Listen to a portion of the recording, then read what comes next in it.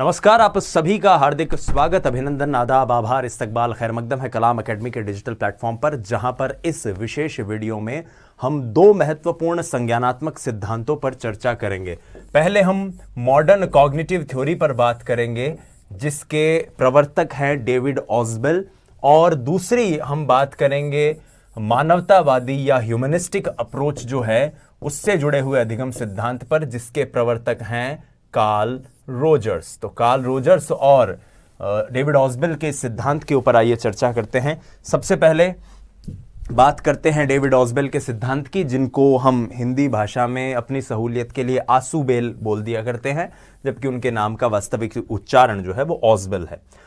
तो डेविड ऑस्बेल का जो ये सिद्धांत है, जिसको मानवतावादी अधिगम सिद्धांत भी कहा, माफ कीजिएगा, जिसको मॉडर्न आधुनिक संज्ञानवादी अधिगम कहते हैं, क्या है आइए जानने की चर्चा करते हैं। बहरहाल ये सिद्धांत, चाहे ऑस्बेल का सिद्धांत हो, चाहे कार्ल रोजर्स का सिद्धांत हो, इसके बाद जो कर्ट लेविन का और एडवर्ड चेज स्टॉलमैन का जो सिद्धांत है, इन सिद्धांतों में आपको कुछ फैक्ट्स हैं, कुछ तथ्य हैं जिनको याद रखना है, और वहीं से हमारी सारी चीजें, सारी आवश्यकताएं परीक्षा की दृष्टिकोण से पूरी हो जाएंगी। पहले बात करते हैं ऑस्बेल के सिद्धांत की, जिसे आधुनिक संज्ञानात्मक सिद्धांत कहा जाता है।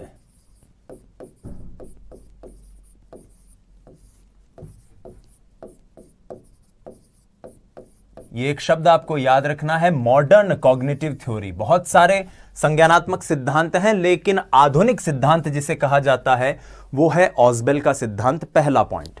दूसरा पॉइंट माफ कीजिएगा, जो यहां पर बनता है वो ये कि यह अधिगम का सिद्धांत अर्थपूर्ण अधिगम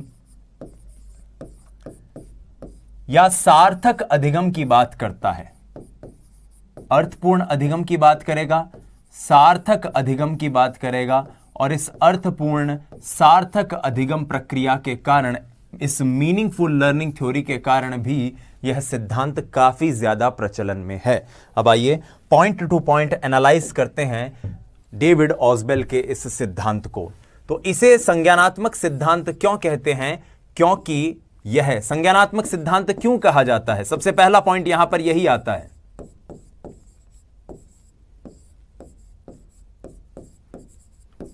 सिद्धांत तो बहुत हैं, इसे संज्ञानात्मक सिद्धांत क्यों कहा जाता है? क्योंकि डेविड ऑस्बेल इस सिद्धांत के जरिए यह बताने की कोशिश करते हैं कि सीखते समय व्यक्ति में क्या होता है। सीखते समय व्यक्ति में क्या होता है, यानी अधिगम प्रक्रिया के दौरान, सीखने की प्रक्रिया के दौरान जो व्यक्ति के संज्ञानात्मक पक्ष हैं उनकी बात करते हैं। तो सीखने की प्रक्रिया के दौरान की प्रक्रिया के दौरान अधिगम के संज्ञानात्मक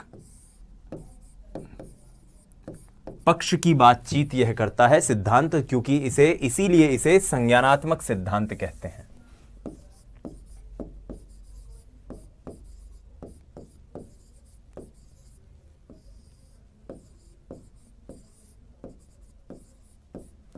संज्ञानात्मक सिद्धांत इसे इसीलिए कहा जाता है। अब इससे जुड़ा हुआ एक और महत्वपूर्ण पॉइंट है, वो ये कि सीखने की प्रक्रिया के दौरान माफ कीजिएगा, सीखने की प्रक्रिया के दौरान जब छात्र पुराने ज्ञान को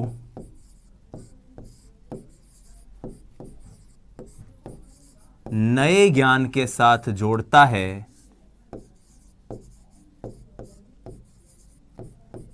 नए ज्ञान के साथ जोड़ता है,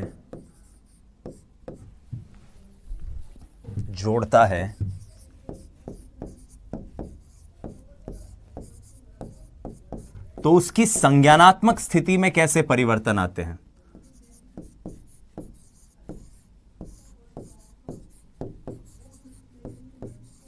संज्ञानात्मक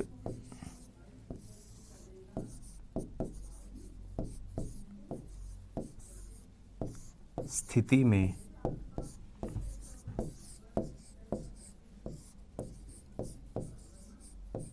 किस प्रकार के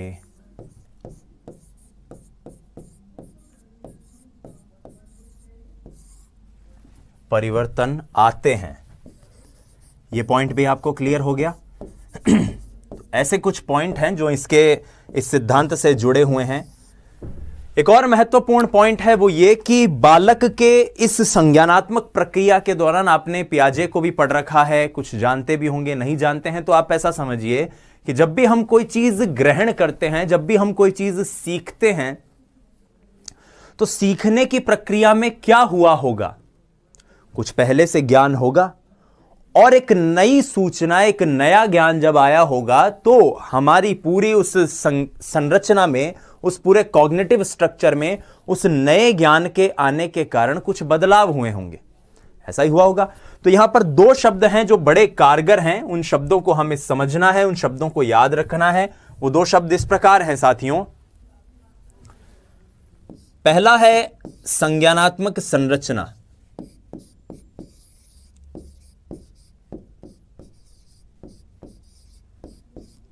संज्ञानात्मक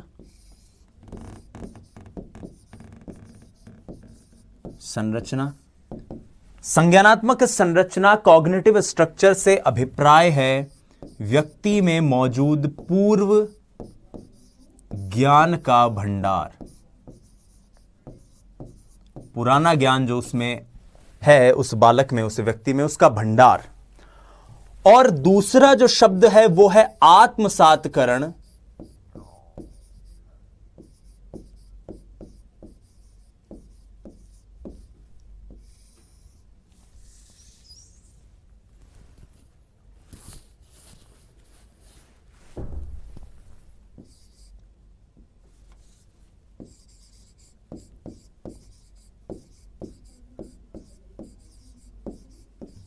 आत्मसातकरण जिसको एसिमिलेशन भी कहते हैं। यह एसिमिलेशन क्या है? एसिमिलेशन का मतलब है कि जब आपने नए ज्ञान को ग्रहण किया, उस नए ज्ञान को ग्रहण करने के दौरान पुराने ज्ञान से उसे किस प्रकार से जोड़ा, किस प्रकार से उसे लिंक किया, यह जोड़ने की प्रक्रिया ही क्या है? आत्मसातकरण है। मान लीजिए कोई एक सिद्धांत है, फॉर एग्जाम्पल आपने कभी पावलव का अधिगम का सिद्धांत है। अब पावलव का अधिगम का सिद्धांत आपने कहीं पढ़ रखा था, लेकिन कोई एक फैक्ट है पावलव का, वो आप हो सकता है आपने हमारी जो ये वीडियो जो सीरीज चल रही है इसके जरिए पढ़ा हो। तो उस पुराने ज्ञान में आपने सब कुछ तो नया नहीं ग्रहण किया ना, बाकी चीजें तो आपके पास थी। ये एक नई चीज थी जिसने आपने ग्रहण कर लिया और अपने दिमाग में फिट कर लिया। तो यही चीज एसिमिलेशन है कि नई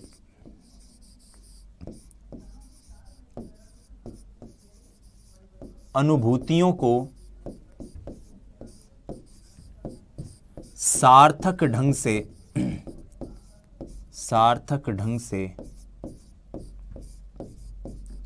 जोड़ने की प्रक्रिया,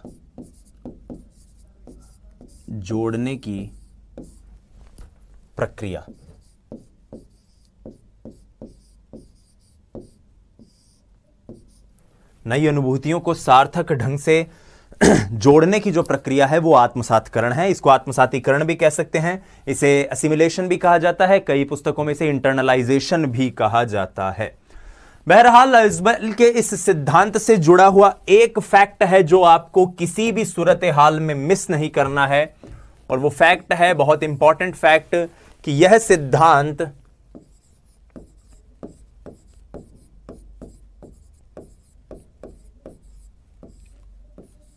ब्रूनर के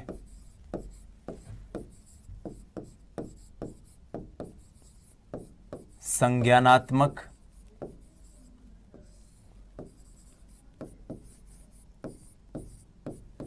अधिगम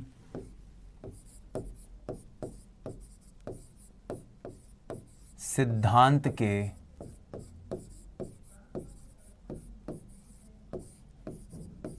समान है। जेरोम ब्रूनर का जो सिद्धांत है, जिसकी हमने पिछले वीडियो में बात की है, जो 3 प्रकार की स्टेजेस की बात करता है, सक्रिय अवस्था, प्रतिबिंबात्मक अवस्था और तीसरी अवस्था जिसकी होती है संकेतात्मक अवस्था, वही सिद्धांत और ऑसबेल का यह सिद्धांत बिल्कुल एक जैसे हैं, बिल्कुल एक समान है। अब ये क्यों है एक समान, ये आप समझिए कि इसे एक समान क्यों कहा गया है। क्योंकि ये अर्थपूर्ण अधिगम की बात करता है। किसकी बात कर रहा है? अर्थपूर्ण अधिगम की। और अर्थपूर्ण अधिगम का मतलब यह है कि कक्षा कक्ष में जो शिक्षण करवाया जा रहा है और जो शाब्दिक अधिगम सामग्री जो उस व्यक्ति को दी जा रही है, उसके जरिए वो एक सार्थक रूप से अधिगम कर पाए। तो ठीक है, कक्षा कक्ष में शिक्षण द्वारा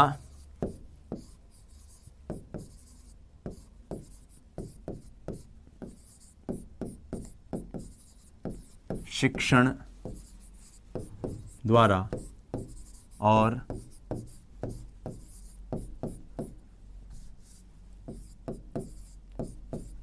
शाब्दिक अधिगम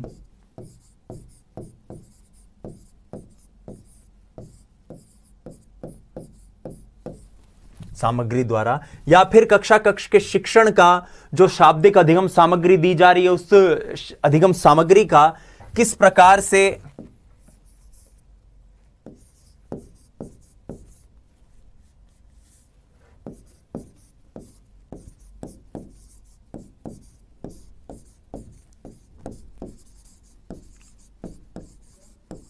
अर्थपूर्ण व सार्थक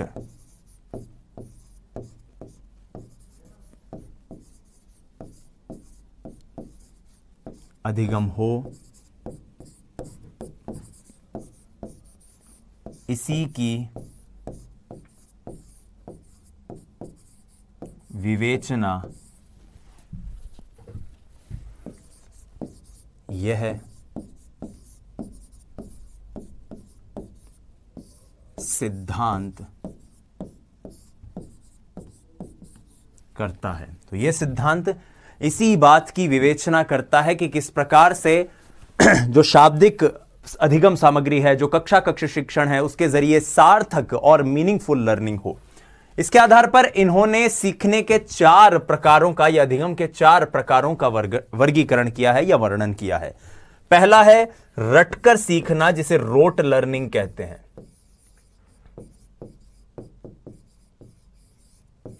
दूसरा जो है वो है अर्थपूर्ण अधिगम, जिसे मीनिंगफुल लर्निंग कहते हैं।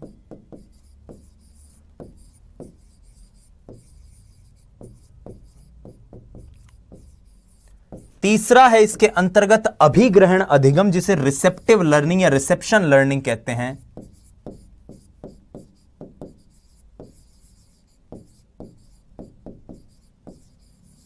और चौथी इसके अंतर्गत आती है डिस्कवरी लर्निंग।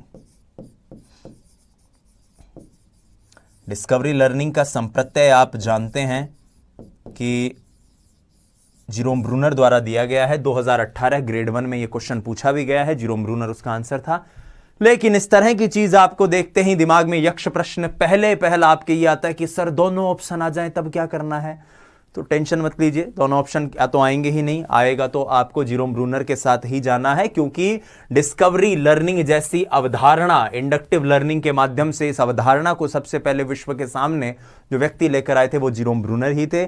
इन्होंने अधिगम के प्रकारों के अंतर्गत एक प्रकार का अधिगम बता दिया है। इसे विस्तृत रूप से दुनिया से परिचय करवाने वाले जीरोम ब्रूनर ही हैं।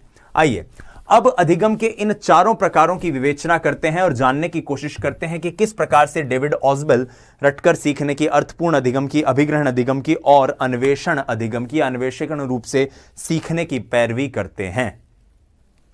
तो लर्निंग के जिस पहले प्रकार की बात स्वयं डेविड ऑसबेल करते हैं वो है रोट लर्निंग, यानी कि रटकर किसी बात को सीखना। Rote learning. रोट लर्निंग का मतलब क्या है कि कोई चीज आपको बोलने को कही जाए, पढ़ने को कही जाए, आप उसे जस का तस, ज्यों का त्यों, हूबहू वैसा की वैसा पढ़ के सुना दें। ना तो हमें उसका मतलब पता, ना कुछ और। जैसे कि बहुत छोटे समय पे बच्चों को पहाड़े याद करवा दिए जाते हैं या क ख घ सिखाया जाता है, तब उन्हें पता थोड़ी कि क ख घ घ जो हम पढ़ रहे हैं उसकी इतनी इंपॉर्टेंस है। या फिर Johnny Johnny yes papa eating sugar, no papa telling lie, no papa open your mouth, ha ha हा। या फिर ट्विंकल ट्विंकल लिटिल स्टार, मछली जल की रानी है, जीवन उसका पानी है, वो सब चीजें पढ़ लेते हैं, रट लेते हैं, वर्बेटिम उन चीजों को याद कर लेते हैं। तो पहली चीज यहां पर जो आती है वो ये कि दिए गए पाठ का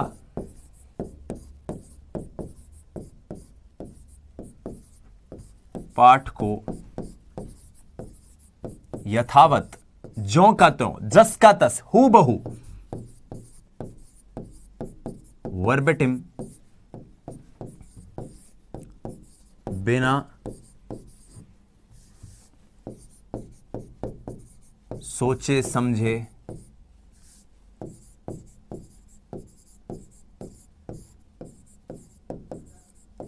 पढ़कर, या फिर यूं कहूं कि उसको याद करके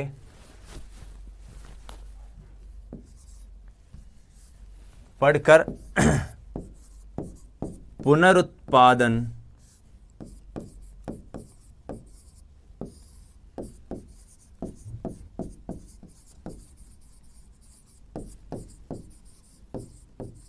सीखना। सिंपल सा पॉइंट है, जैसा आपने पढ़ा एज इट इज उसको वैसा का वैसा आपने सामने वाले को सुना दिया, नंबर एक। नंबर दो, चीज की बचपन में अगर इसके एग्जाम्पल आपको याद करने हो तो जो बचपन में हम कोई चीज सीखते हैं, याद करते हैं, जैसे अक्षर, अंक, युग्म,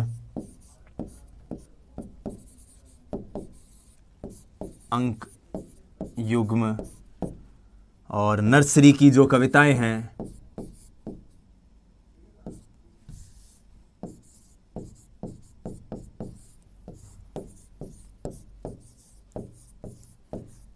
ये सारी इसके अंतर्गत आती हैं। हालांकि ऐसा भी कहा जाता है, डेविड ऑस्बेल कहते हैं कि ऐसा माना जाता है, देखा गया है कि विद्यालयों में शिक्षक जो हैं वो रोट लर्निंग को, रटकर सीखने को प्रोत्साहित करते हैं, ना कि अर्थपूर्ण अधिगम को प्रोत्साहित करते हैं। अब सवाल आता है कि अर्थपूर्ण अधिगम जिसको प्रोत्साहित करने की बात खुद ऑस्बेल कर रहे हैं वो है क्या?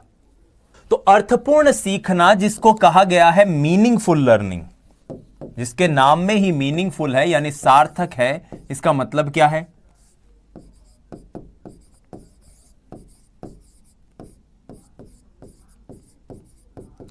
कि जो आपको पढ़ाया जा रहा है उसको सार्थक रूप से आत्मसात करना, उसको सीखना और फिर पुराने ज्ञान से उसको जोड़ना, ये अगर किसी अधिगम की प्रक्रिया में हो रहा है तो वो मीनिंगफुल लर्निंग है।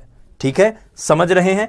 एक ऐसा सीखने का जरिया, तरीका जिसके अंतर्गत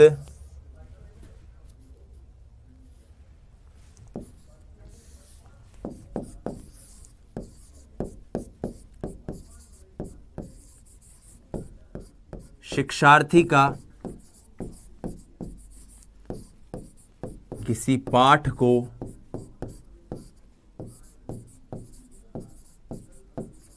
समझकर आत्मसात करना और फिर उसे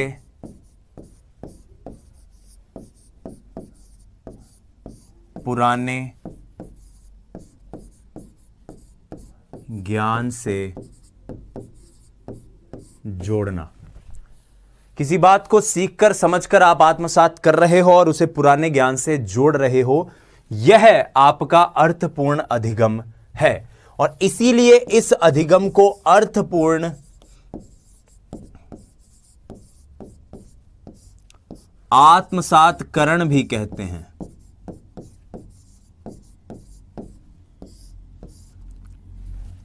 अर्थपूर्ण आत्मसातकरण यानी कि मीनिंगफुल एसिमिलेशन। अब अधिगम अर्थपूर्ण होगा कब? इस बात पर डेविड ऑस्बेल दो चीजें बताते हैं, ये आपको याद रखनी है। अधिगम अर्थपूर्ण हो इसके लिए डेविड ऑस्बेल दो बातों की या दो महत्ताओं की बात करते हैं, दो अनिवार्यताओं की बात करते हैं। पहली कि शिक्षक के पास जो अधिगम सामग्री हो वो मीनिंगफुल हो, जो लर्निंग मटेरियल हो वो मीनिंगफुल हो। तो तो जो नियम, जो प्रविधियां, जो कॉन्सेप्ट बच्चे को वो सिखाना चाह रहा है, वो दरअसल ऐसा हो, उस सामग्री को इस तरह से तैयार किया जाए, उसकी प्रस्तुति ऐसी हो कि वो मीनिंगफुल लगे। और दूसरी चीज मेंटल सेट या मेंटल एटीट्यूड, कि ये शिक्षक का दायित्व है कि वो अपने बच्चों के अंदर ऐसी इच्छा शक्ति उत्पन्न करे, उनके अंदर ऐसी तत्परता लाए, उन्हें बताए, उन्हें हर पल इस बात के लिए जागरूक करे कि बच्चे तुम जो सीख रहे हो वो तुम्हारे लिए बहुत महत्वपूर्ण है, वो तुम्हारी जिंदगी में एक सार्थक अर्थ प्रस्तुत करने वाला है। इन दो अनिवार्यताओं की बात वो करते हैं। और डेविड ऑस्बेल ये भी कहते हैं कि अक्सर विद्यालयों में इन्हीं दो अनिवार्यताओं के अभाव में बच्चे अच्छे अच्छे कॉन्सेप्ट्स को समझने की बजाय रट लेते हैं। तो यहां पर जैसे मनोविज्ञान है, इतना प्यारा विषय है, मजे से तैयारी करने वाला विषय है, लेकिन अक्सर आप लोग रट लेते हो कि यार समझ में नहीं आया, इससे अच्छा रट लो।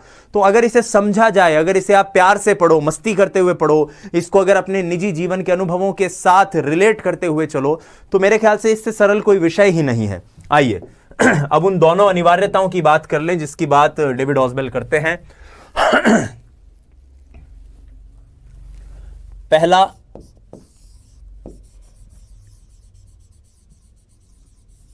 Meaningful material.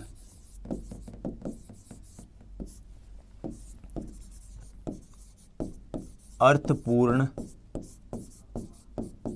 सामग्री, जिसकी बात मैंने अभी अभी आपको बताई कि सामग्री आपके पास अर्थपूर्ण होनी चाहिए, विषय का चयन, संगठन, प्रस्तुतिकरण ऐसा हो कि वो अर्थपूर्ण लगे।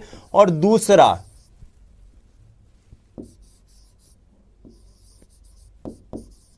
Mental set. ये अध्यापक की जिम्मेदारी है कि बालक के अंदर ऐसी मानसिक तत्परता उत्पन्न करे, ऐसी इच्छा शक्ति उत्पन्न करे जिससे वो अर्थपूर्ण अधिगम के लिए तैयार हो, जिससे कि उसे लगे कि हां, मैं जो सीख रहा हूं वो मेरे लिए बहुत ही फायदेमंद है। अब आते हैं तीसरे पॉइंट पर, अभिग्रहण अधिगम, जिसे रिसेप्टिव लर्निंग भी कहा जाता है।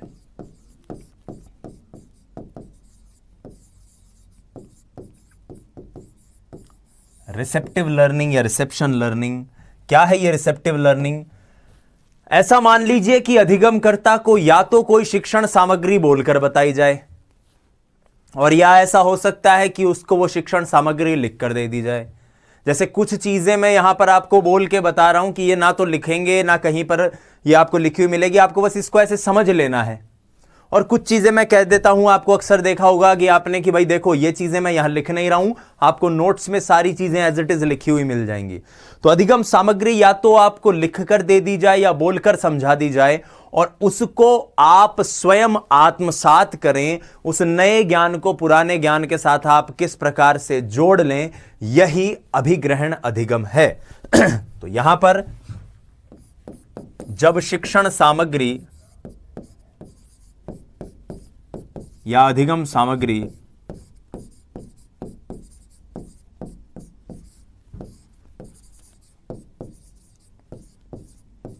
अधिगम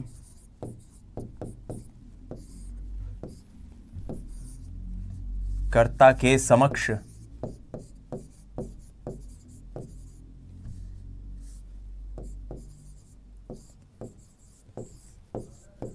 लिखकर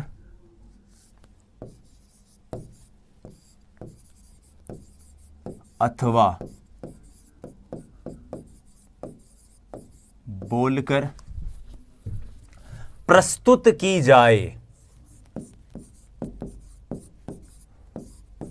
प्रस्तुत की जाए, और अधिगमकर्ता या एक स्टूडेंट, शिक्षक उसे आत्मसात करे।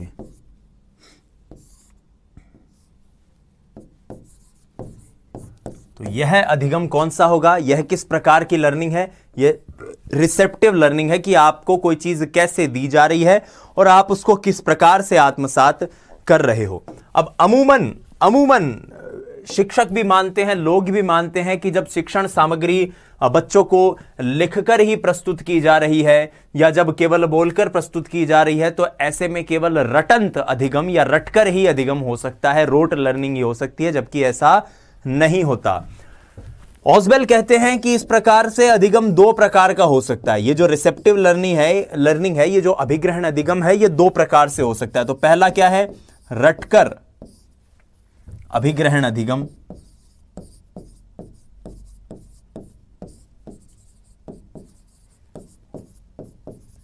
अधिगम सामग्री आपको दे दी गई और आपने एज इट इज उसको रट लिया। आपको कई बार ऐसा होता है ना कि कोई फैक्ट्स की, कोई फॉर्मूला की कोई किताब दे दी जाती है, या फिर आपको कहा जाए कि भाई ये जनसंख्या के आंकड़े हैं, ये आपके जीके में पूछे जा सकते हैं, तो ये राजस्थान के हर जिले की जनसंख्या के आंकड़े याद कर लो, लिटरेसी रेट याद कर लो, और जो सेक्स एजुकेशन रेशियो याद कर लो, या इस तरह की जितनी भी चीजें हैं। तो ये आपने वो सामग्री आपको दी और आपने उसको रट लिया। ये क्या है? रटकर अभिग्रहण अधिगम। लेकिन कई बार रटकर नहीं होता, कई बार अर्थपूर्ण भी होता है, जैसे आप और हम मनोविज्ञान के विषय में करते हैं, कई बार हम गणित में जो करते हैं, और भी कई सब्जेक्ट्स में जो करते हैं, तो कई बार यह अर्थपूर्ण अभिग्रहण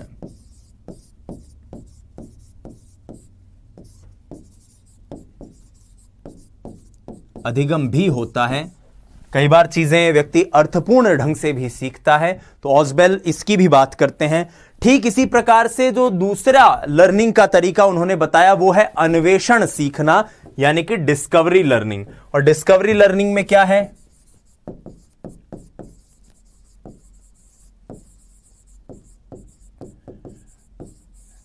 डिस्कवरी लर्निंग में कुछ नहीं है साहब। डिस्कवरी लर्निंग में यह है कि कोई एक संप्रत्यय, कोई एक फैक्ट, कोई एक प्रविधि, कोई एक नियम आपको बता दिया और उसकी मदद से, उसकी हेल्प से आप एक नए नियम को खोजने की कोशिश कर रहे हो। स्वयं से मेहनत करके, प्रयास करके आप एक नए नियम तक या नए संप्रत्यय तक या नई अवधारणा तक पहुंच रहे हो। तो यह क्या कहता है, देखिए समझते हैं इसको। छात्रों द्वारा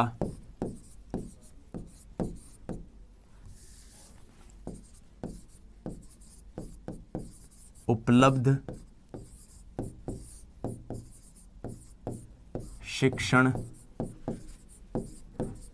सामग्री की मदद से, छात्रों द्वारा उपलब्ध शिक्षण सामग्री की मदद से एक नवीन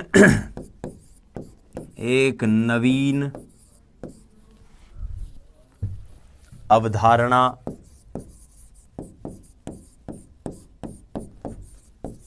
नियम संप्रत्यय को खोजकर सीखना।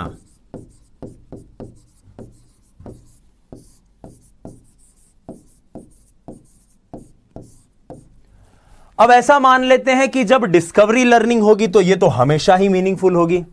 ऐसा नहीं है, कई बार कुछ ऐसी चीजें होती है कि हमारे सामने कोई फैक्ट्स दे दिए गए और हम उन्हीं को जोड़ तोड़ करके अपनी तरफ से कोई एक फैक्ट निकाल के ले आए और वहां से हम अन्वेषण कर लें, और वो अन्वेषणात्मक अधिगम हमारा कैसा होगा? एक तरह से रटंत अधिगम ही तो होगा। तो देखिए ये भी दो तरीके का हो सकता है। ऑसबेल कहते हैं डिस्कवरी या अन्वेषणात्मक अधिगम भी ये दो तरीके का हो सकता है। कैसा? रटकर अन्वेषण अधिगम, और दूसरा जो वो कहते हैं, कौन सा देखा था हमने? अर्थपूर्ण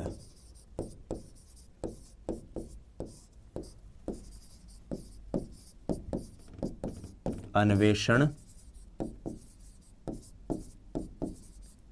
अधिगम। ये दो चीजें ऑसबेल बताते हैं कि अन्वेषण सीखने का जो तरीका है, अन्वेषणात्मक अधिगम जो है, उसके अंतर्गत ये दो प्रविधियां आती है।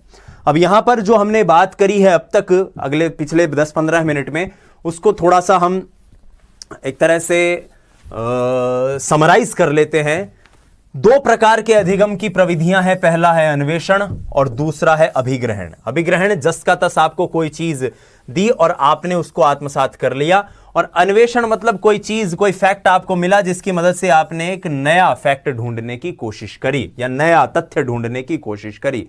अब ये चीजें दो तरीके से हो सकती है, एक है रटंत और दूसरा है क्या, सार्थक या मीनिंगफुल। तो जब अभिग्रहण हो रहा है रट कर, तो वो रटकर अभिग्रहण अधिगम है। जब अभिग्रहण हो रहा है सार्थक रूप से, तो वो सार्थक अभिग्रहण अधिगम है। जब अन्वेषण हो रहा है रट कर, तो ये रटंत अन्वेषण अधिगम है, रोट डिस्कवरी लर्निंग है। और जब अन्वेषण हो रहा है सार्थक रूप से, तो ये सार्थक अन्वेषण अधिगम है।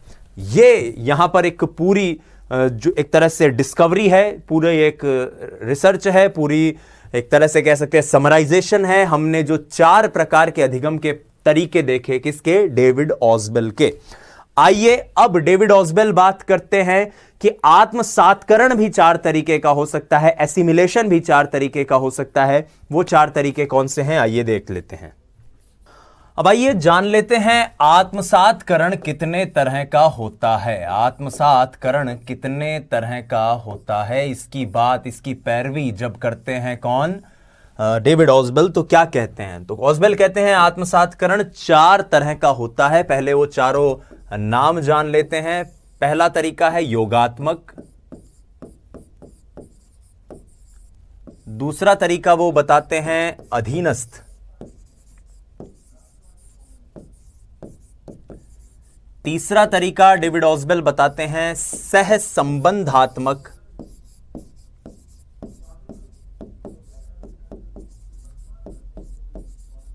और चौथा तरीका वो बताते हैं उच्चस्थ।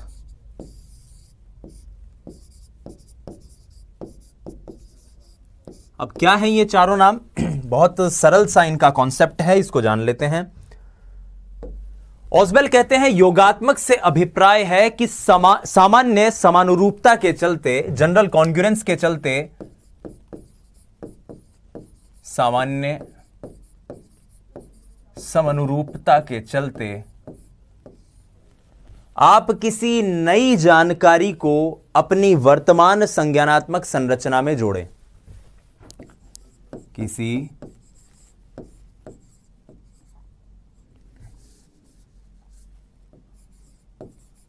नई जानकारी को वर्तमान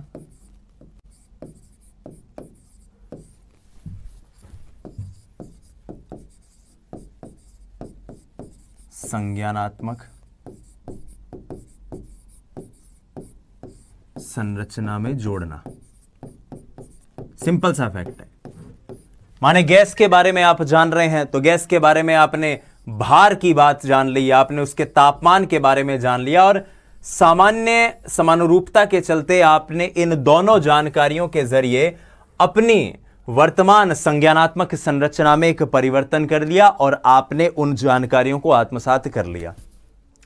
अधीनस्थ में क्या होता है, एक सामान्य नियम के चलते या सामान्य प्रविधि के चलते आप एक नवीन ज्ञान को या नवीन बात को सीखते हैं। सामान्य नियम के अंतर्गत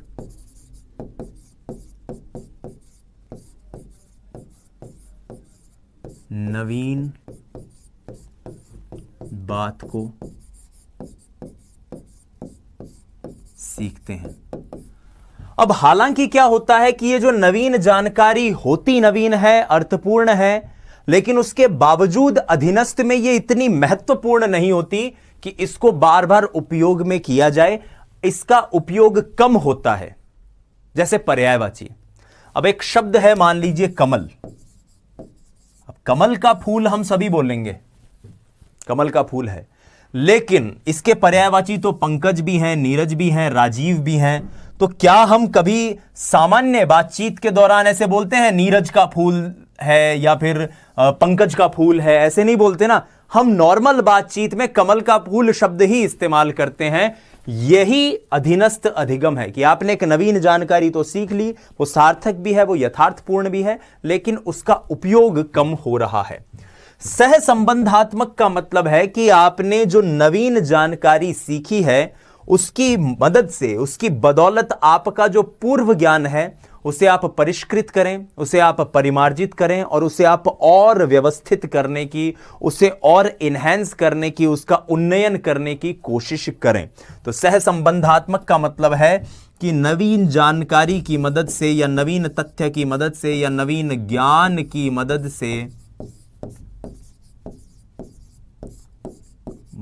से पुराने प्रत्ययों का परिमार्जन, संवर्धन।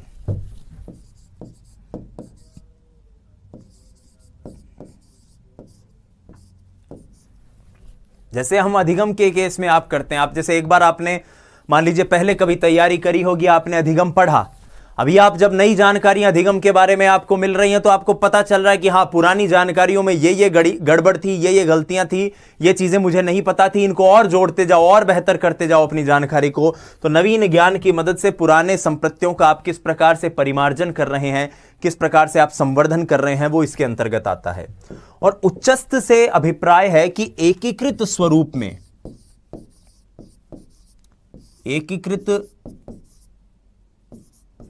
स्वरूप में हमने भिन्न भिन्न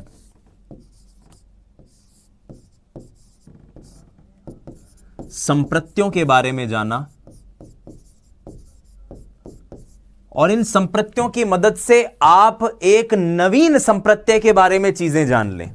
समझ रहे हो कि आपने एकीकृत स्वरूप में कुछ अलग अलग संप्रत्यों के बारे में जाना, लेकिन आपसे अगर किसी अन्य संप्रत्यय के बारे में पूछे तो आप इन्हीं की जानकारी की मदद से उसके बारे में बता पाओ।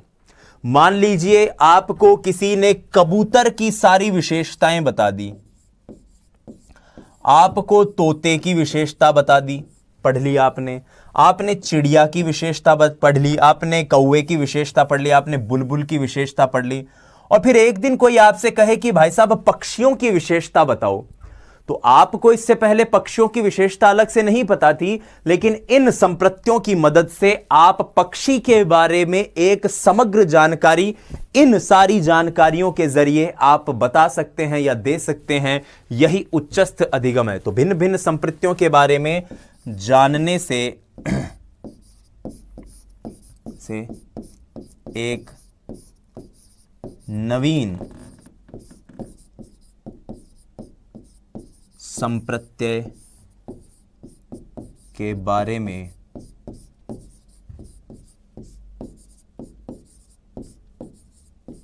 जान लेना, यही क्या है?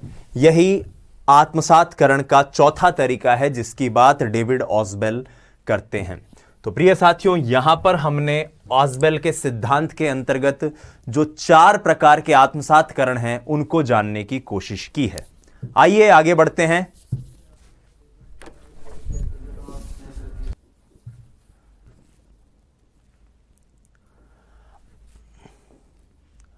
अब इस प्रक्रिया के बाद हम जिस सिद्धांत को पढ़ने जा रहे हैं वो है कार्ल रॉजर्स का मानवतावादी अधिगम, या फिर आत्म के प्रत्यय की बात, जिसको सेल्फ लर्निंग थ्योरी भी कहते हैं, आत्म अधिगम का सिद्धांत, स्व के अधिगम का सिद्धांत भी कहा जाता है, उसकी बात करते हैं।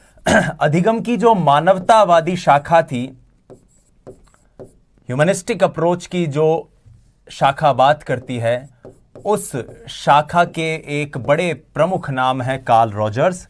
और कार्ल रॉजर्स के सिद्धांत की हम चर्चा करते हैं। कुछ फैक्ट्स हैं जिनको हमें जानना है, कुछ तथ्य हैं जिनको हमें जानना है। तो पहले इस सिद्धांत से जुड़े हुए कुछ महत्वपूर्ण फैक्ट याद कर लेते हैं। पहला फैक्ट है जो रॉजर्स कहते हैं कि आत्म संप्रत्यय का निर्माण अधिगम है। यह किसका कथन है?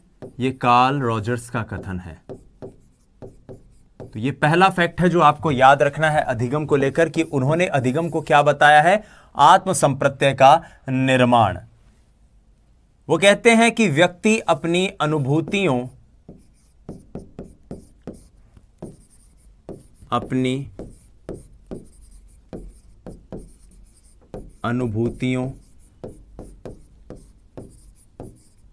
मनोभावों,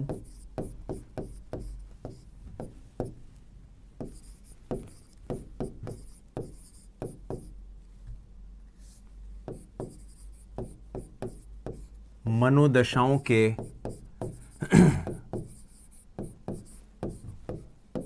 आधार पर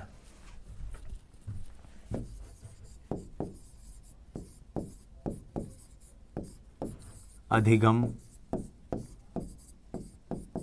करता है। अनुभूतियों, मनोभावों, मनोदशाओं के आधार पर व्यक्ति अधिगम करता है। और क्योंकि उनका यह सिद्धांत व्यक्ति पर केंद्रित है, इसीलिए इसे अधिगम का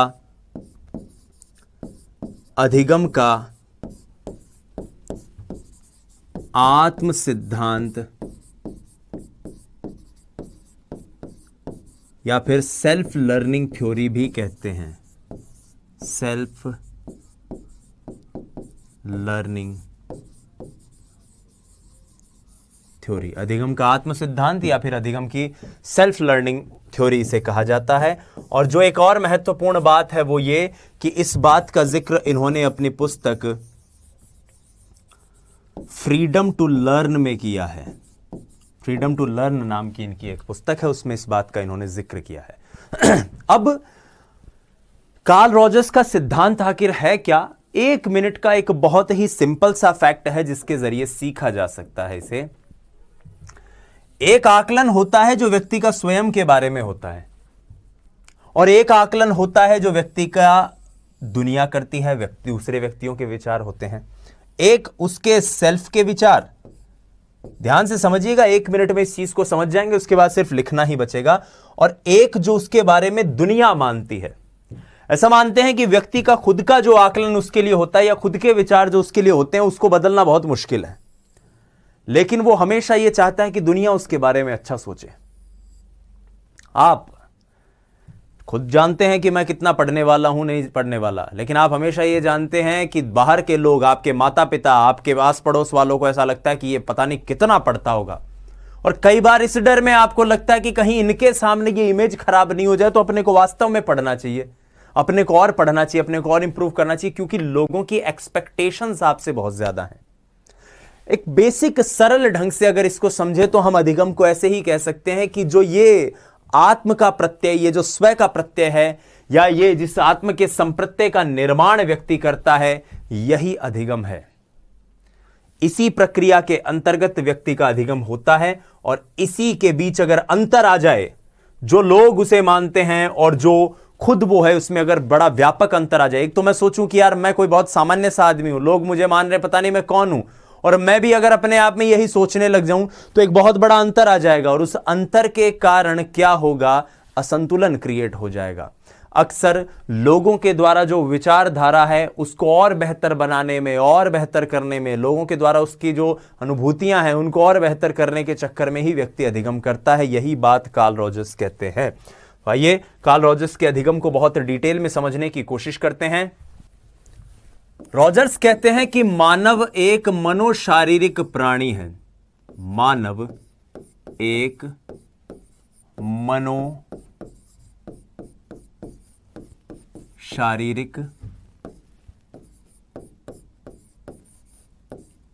प्राणी है, साइकोसोशल। अब 2 शब्द हैं यहां पर, एक मन और एक शरीर। केवल शरीर नहीं है, शरीर के साथ एक मन भी है। तो शरीर है तो शरीर के साथ एक फिनोमिनल तत्व है, एक घटना तत्व है। लेकिन एक मनोशारीरिक प्राणी है तो इसके साथ एक स्व का तत्व, एक आत्म का तत्व भी होता है, जिसका विकास शैशव अवस्था से प्रारंभ हो जाता है। तो मनोशारीरिक प्राणी होने के कारण इसमें एक स्व या आत्म का तत्व पाया जाता है। ठीक है, यह याद रहेगा, ध्यान से समझिए। अभी एक फैक्ट्स हैं जिनको हमें याद करना है, समझना है। और ये स्व, ये आत्म का जो तत्व है, आत्म तत्व का विकास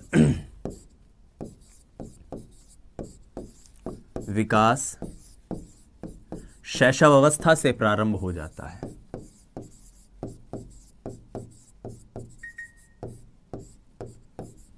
शैशवावस्था से प्रारंभ हो जाता है। अब इस आत्म के तत्व को वो दो भागों में बांट देते हैं।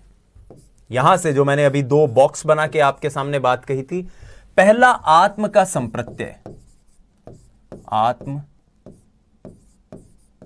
संप्रत्यय, हमें पता है हम कौन है, सेल्फ का कॉन्सेप्ट।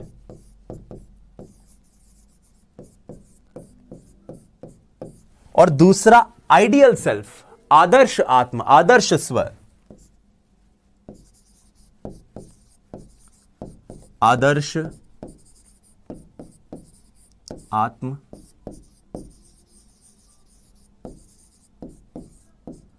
Ideal self. रॉजर्स क्या कहते हैं कि ये दोनों अलग अलग अगर हो गए तो असंतुलन है। एक विचार व्यक्ति का खुद का है और एक वो जो दुनिया मानती है, जिसे वो आदर्श विचार मानता है, और व्यक्ति सदैव इस आदर्श विचार तक पहुंचने की और इस आदर्श विचार को और बेहतर बनाने की कोशिश करता है, और यही प्रक्रिया अधिगम है। आगे समझते हैं इसको कि क्या कहना चाहते हैं कार्ल रॉजर्स। कार्ल रॉजर्स क्या कहते हैं कि आत्म प्रत्यय का स्वरूप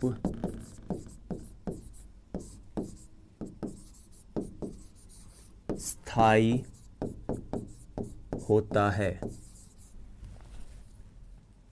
यह स्थायी होता है, इसमें परिवर्तन बहुत मुश्किल से होता है। आप इसके अंतर्गत कहे गए कथनों को पहचान सकते हैं कि मैं वास्तव में कौन हूं, मैं वास्तव में इतना इंटेलिजेंट नहीं हूं।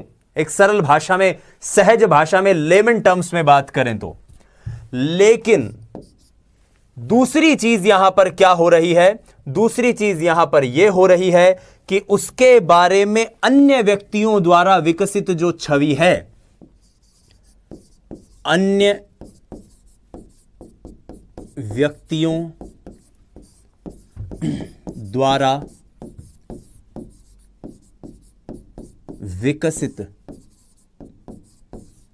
छवि को वह आदर्श मान लेता है।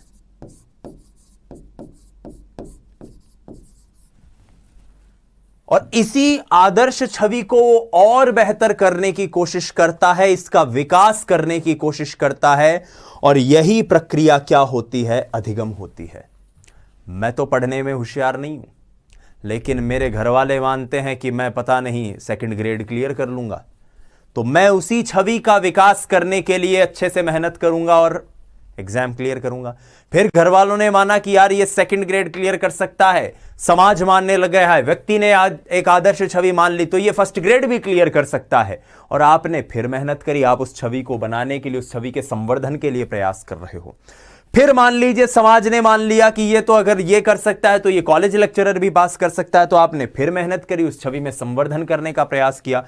तो इस प्रकार से अन्य व्यक्तियों द्वारा विकसित जो छवि है, उसी छवि को वह विकसित करने का प्रयास करता है।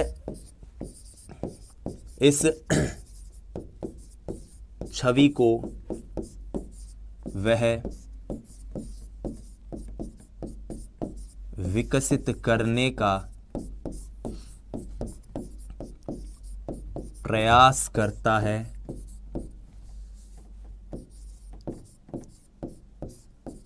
जिसके फलस्वरूप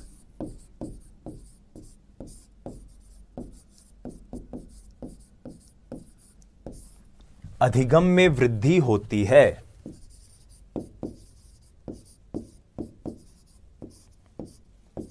अधिगम में वृद्धि होती है। तो ये कुछ फैक्चुअल पॉइंट्स हैं जो हमने रॉजर्स के सिद्धांत के संबंध में जाने। आइए कुछ और चीजों को समझते हैं। कुछ और फैक्ट्स हैं कार्ल रॉजर्स के अधिगम से संबंधित। उनमें पहला फैक्ट जो है वो ये कि रॉजर्स बाह्य उद्दीपकों की उपस्थिति को, बाह्य उद्दीपकों की उपस्थिति को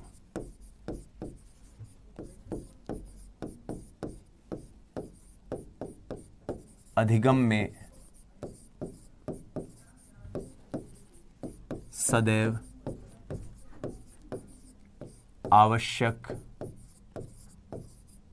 नहीं मानते।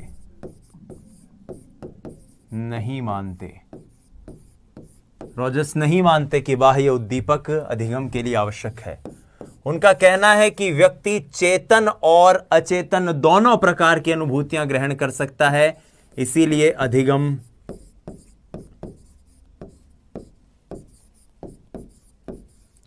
चेतन व अचेतन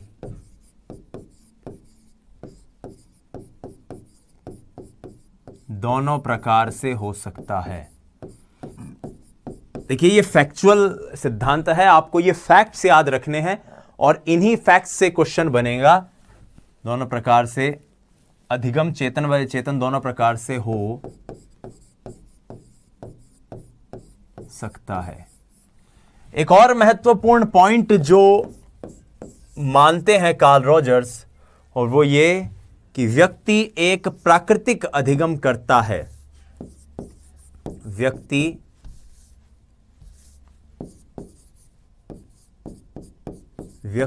एक प्राकृतिक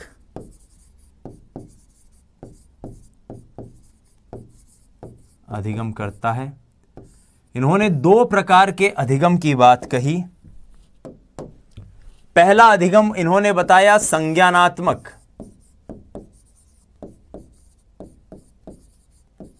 जहां सिर्फ कोरी किताबी बातें, रटी रटाई बातें आपके काम में आती हैं, और संज्ञानात्मक अधिगम को कार्ल रॉजर्स निरर्थक कहते हैं। तो यह बात आप याद रखिएगा, कार्ल रॉजर्स के मुताबिक कौन सा अधिगम निरर्थक है?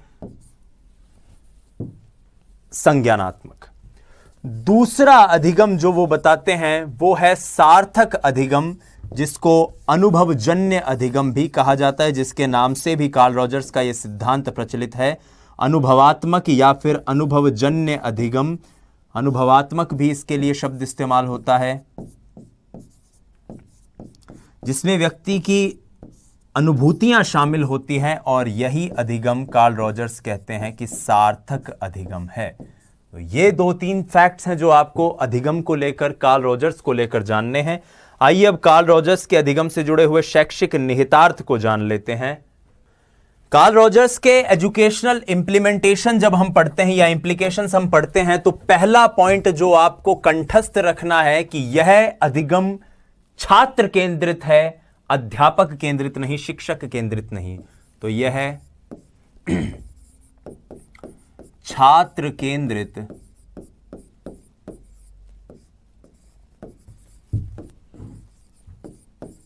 अधिगम है, स्टूडेंट सेंटर्ड है, चाइल्ड सेंटर्ड अप्रोच है। यह है व्यक्तिगत भिन्नताओं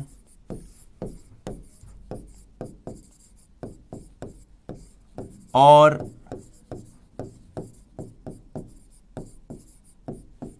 रुचियों पर बल देता है। एक इंपॉर्टेंट पॉइंट है जो आपको याद रखना है। एक और पॉइंट है जो आपको याद रखना है, वो ये कि यह अभिप्रेरणा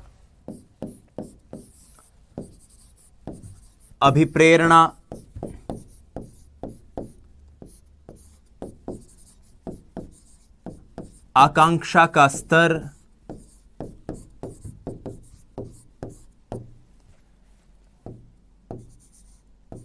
आत्म अनुशासन,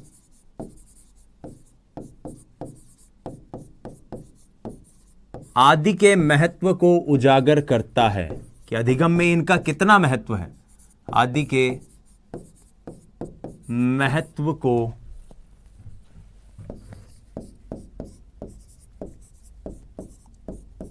उजागर करता है। और अंतिम पॉइंट जो इसमें बन के आता है वो ये कि यह आदर्श आत्म के निर्माण पर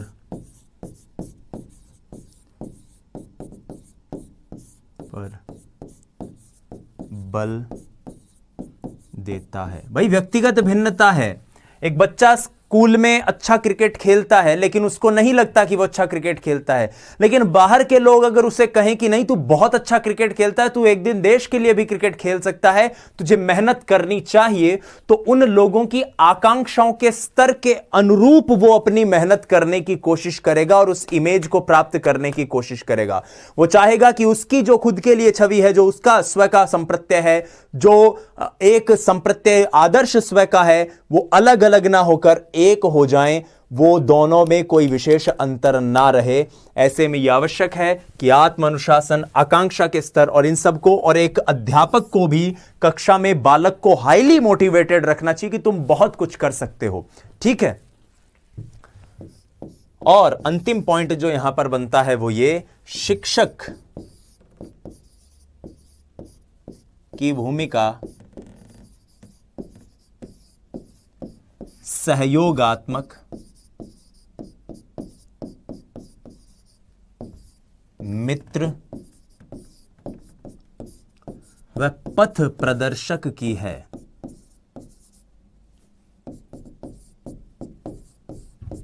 तो यहां पर हमने कार्ल रॉजर्स और डेविड ऑस्बेल के सिद्धांत को समझने की कोशिश करी। एक बार पुनः रिवाइज कर लेते हैं आज हमने क्या क्या जाना। सबसे पहले हमने ऑस्बेल के सिद्धांत के अंतर्गत यह जानने की कोशिश करी कि ऑस्बेल किस संज्ञानात्मक सिद्धांत की बात करते हैं, मीनिंगफुल लर्निंग की बात करते हैं, और उस लर्निंग के अंतर्गत वो 4 प्रकार से सीखने को परिभाषित करते हैं।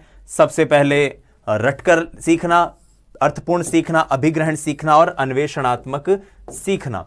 उसके बाद रटकर सीखने का मतलब है जो जैसा दिया वर्बेटिम उसको एज इट इज आपने सुना दिया। अर्थपूर्ण सीखने का मतलब है कोई चीज सीखी, समझी और उसको आपने आत्मसात किया, पुराने ज्ञान के साथ उसको जोड़ा। अभिग्रहणात्मक है कि शिक्षण सामग्री आपको प्रस्तुत की जाए और आप उसको आत्मसात करें, ये रटकर भी हो सकती है, अर्थपूर्ण भी। और डिस्कवरी का मतलब है कि खुद से आप खोज करके कोई चीज सीखें, यह भी रटकर हो सकती है और अर्थपूर्ण भी। इसके बाद हमने इसको इस तरह से एक चार्ट के फॉर्म में समझा।